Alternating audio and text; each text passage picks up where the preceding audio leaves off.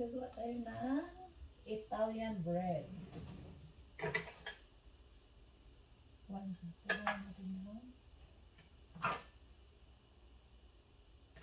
1/4. So dito, i-proof natin ang ating yeast. Kailangan natin ng 1/4 warm water. 2.5 teaspoon yeast. Pang ano lang siya, pang proof lang. 1/4 teaspoon granulated sugar. Ayan, proof natin siya dyan. Bigyan natin siya ng konting stir.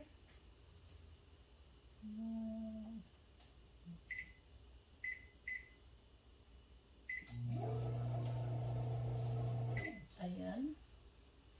So, ngayon i-press na natin ng 1 tablespoon sugar. 3 1/4 cup of flour.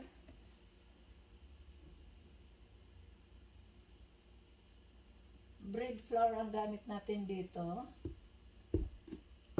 Sift natin siya dyan. Ganyan. So, ito na ang ating flour. Naka-ano na siya. Sifted na siya. 3 1/4 cup. Mix natin dito yung ating asin. Ganyan. Para ma-mix siya ng mabuti. Mix natin. Ganun na siya. Okay. So, ready na ang ating yeast mixture. So,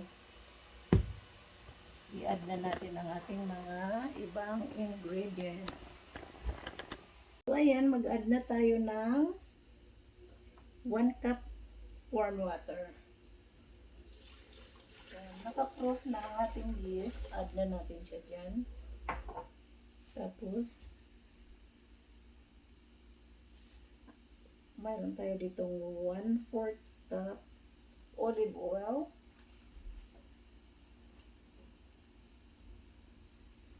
Then, 1 tablespoon sugar.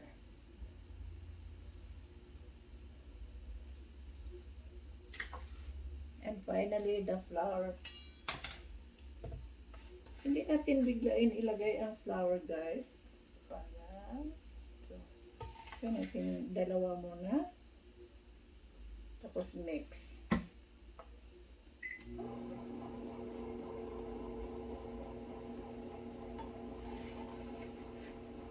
Ayan. Add tayo. Ganyan siya. Yo! Bali, ano ko lang siya dito. Inid ko lang siya dito. Pero dito ko siya sa oven i-bake. Pang-kneading lang yan siya, guys. Bukas na natin lahat. Ayan! Ayan, takpan lang natin siya. Titigil yan siya kapag ready na. Tapos, i-rice natin dito ng mga 1 oras. So, mamaya pagkita ko sa inyo. So, dito natin siya i-bake. Lagyan natin siya ng wax paper.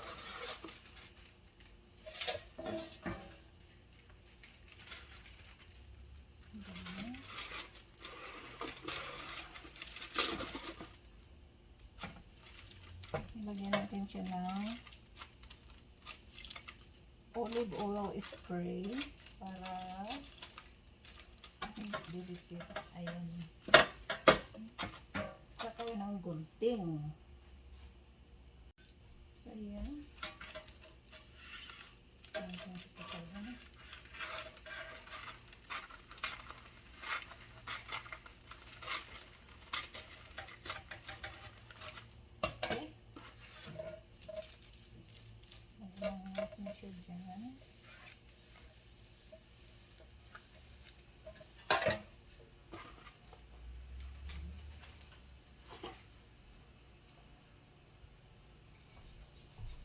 Spray din natin sa ilalim at sa taas.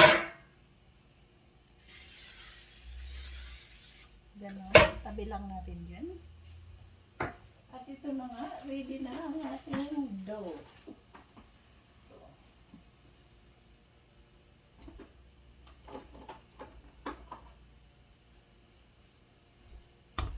yan yun ako.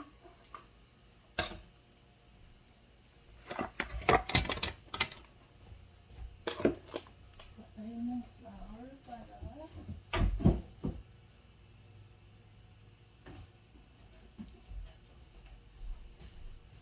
lagyan natin ng flour ang ating chopping board. Punasan muna, baka may mga balahibo ng ating kitika. Ayan. Ayan. So, lagyan siya natin ng flour.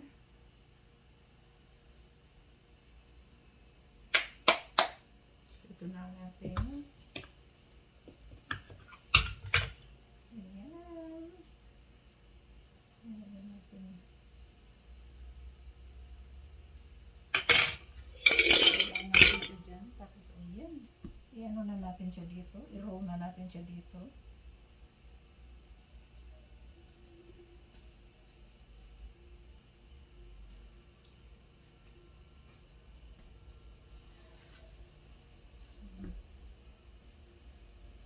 Gawin natin siya ng ano, yung parang mahaba na tinapay.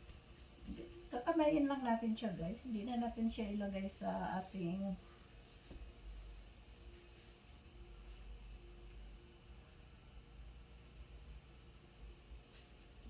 natin siya ilagay sa ating pumahan. So, ganyan lang siya. Kailangan habaan kasi ipaparize pa natin ito.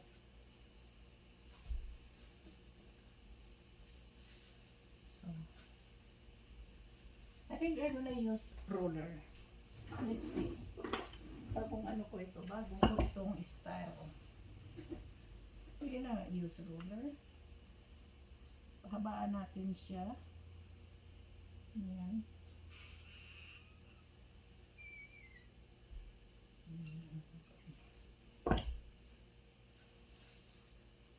Tapos, i-flat lang natin ng konti. Ganun. Ayan. Mag-experiment tayo ng ibang style. Tapos, i-roll natin siya.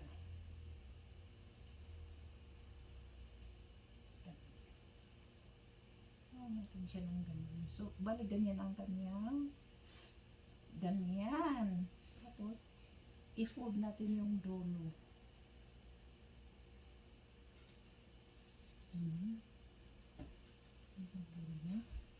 I-fold din natin ang dulo. Tapos, i-rise natin siya ng 1 oras, guys. Ganon.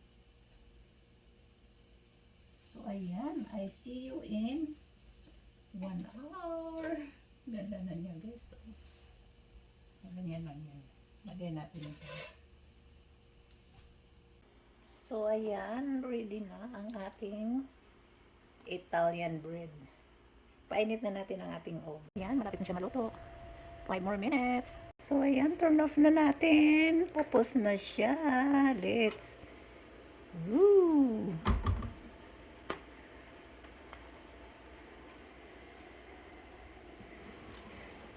Look at that. Ang ganda-ganda.